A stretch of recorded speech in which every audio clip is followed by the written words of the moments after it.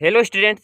स्वागत है एक बार फिर से आप सभी का हमारे यूट्यूब चैनल विष्णु सर में। देखिए, आज की वीडियो में हम चर्चा करेंगे लर्निंग आउटकम्स पर आधारित जो लर्निंग ऐप सामग्री दी हुई है उसके अंतर्गत हम वर्कशीट 41 कक्षा 7वीं में गणित विषय में हल करेंगे, जिसमें हम समझेंगे वृत्त की समझ। यहाँ पर देखिए, कोई आकृति जैसे वृत्ताकार, जैसे पृथ्वी घूर्णन करती है सूर्य के चारों ओर, वृत्ताकार कक्षा में करती है, तो यहाँ पर वृत्त होगा ये।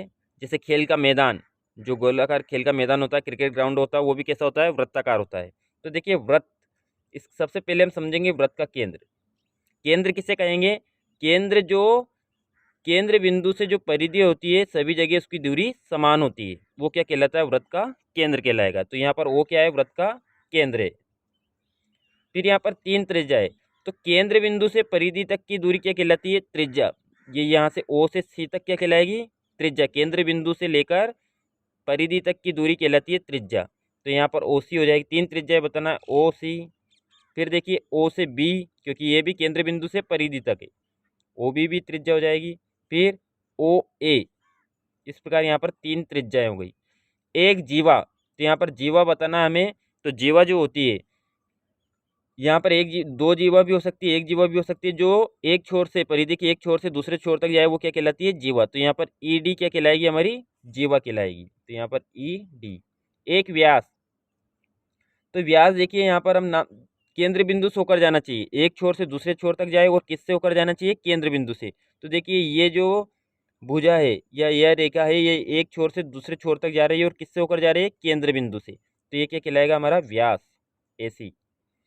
एक त्रिज्यखंड, तो त्रिज्यखंड देखिए, त्रिज्यखंड ये वाला हो जाएगा, ए ओ बी। तो यहाँ पर ए ओ बी। एक वृत्तखंड, तो वृत्तखंड देखिए यहाँ पर ई एन डी, ये वाला जो भाग कट रहा है ई डी जीवा के कारण, वो क्या कहलाएगा? इसका वृत्तखंड। तो ई एन डी इसका क्या कहलाएगा? वृत्तखंड। आइए प्रयास कीजिए, में प्रश्न हल करते हैं। यहाँ पर दिया हुआ है कि एक वृत्त खींचिए, निम्न को अंकित कीजिए। तो हमें एक वृत्त खींचना है, और उसका एक केंद्र हो ओ, एक त्रिज्या बनाना है उसमें, एक वृत्तखंड, एक अभ्यंतर में एक बिंदु। तो सबसे पहले हम क्या करेंगे? प्रकार और पेंसिल की सहायता से एक वृत्त खींचेंगे। यहाँ पर सबसे पहले हम प्रकार और पेंसिल की सहायता से एक वृत्त बनाते हैं।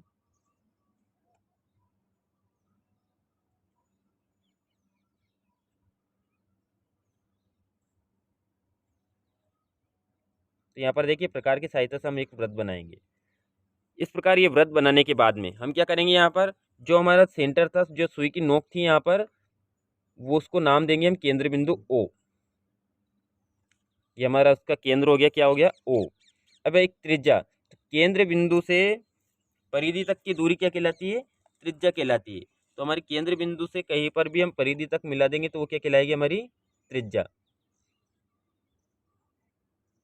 इसको हमने नाम दे दिया ए।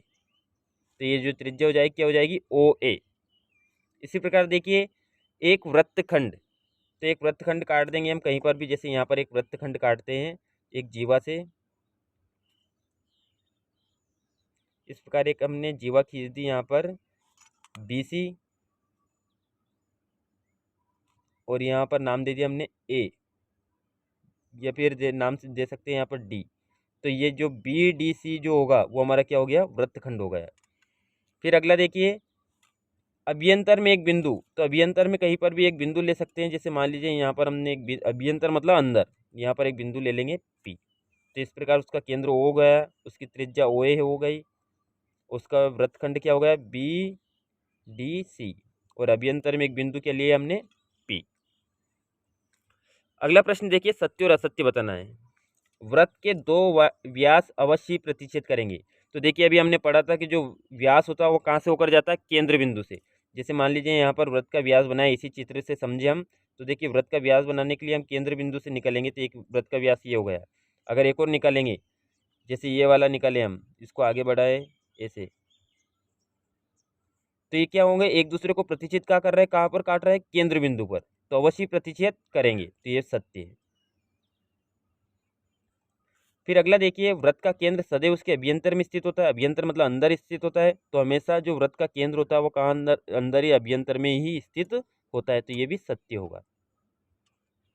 अगला प्रश्न देखिए, व्रत का प्रत्येक व्यास उसकी जीवा भी होती है। तो जो जीवा होती है वो एक छोर से दूसरे छोर तक जाती है, तो व्यास भी एक छोर से दूसरे छोर तक जाता है। तो हाँ, वृत्त का प्रत्येक व्यास उसकी एक जीवा भी होती है, ये भी सत्य होगा। तो इस प्रकार देखिए आज हमने वर्ग सेट 41 को हल किया, जिसमें व्रत की समझ समझी हमने। वीडियो अगर अच्छी लगी हो तो लाइक करें, चैनल को सब्सक्राइब कर ले, जिससे आगे की वीडियो आप तक पहुंचती रहे। Thank you.